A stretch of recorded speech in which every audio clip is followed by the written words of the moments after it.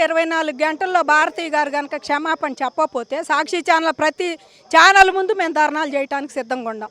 ఎందుకంటే ఇవాళ ఆమె అనుకుంటాం ధర్నాలు ఆపేశారని. మరి తను తిట్టినప్పుడు ఎవరు ఆమెను అరెస్ట్ చేశారు కండి? వాళ్ళు గవర్నమెంట్ ఏదైనా సరే, ప్రభుత్వం ఏదైనా మిమ్మల్ని తిట్టారని ఒక ఆయన అరెస్ట్ చేశారు, ఆడాల జోలికి వెళ్ళొద్దని. ఇవాళ నీ ఛానల్లో తిడుతుంటే నువ్వు ఎమ్మటే రియాక్ట్ అవ్వాలి. నువ్వు మధ్యాహ్నానికి ఎమ్మటే రియాక్ట్ అయ్యి క్షమాపణ చెప్పాలి.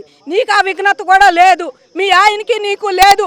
గత 5 ఏళ్ళలో మా మీద దేశం జిమ్మారు, మమ్మల్ని తిట్టారు. మా దగ్గర కూడా ఒక రోజు రాలే ఎవరు కూడా. కనీసం నీ మొగుడు నువ్వు చెప్పలేకపోయావు. వెళ్ళు ఎందుకు మహిళలు చేస్తున్నాను, ఓ మహిళగా ఉండి ఓ ఛానల్ నడిపితే ఇంకా ఇష్టం జిమ్మావు మా మీద.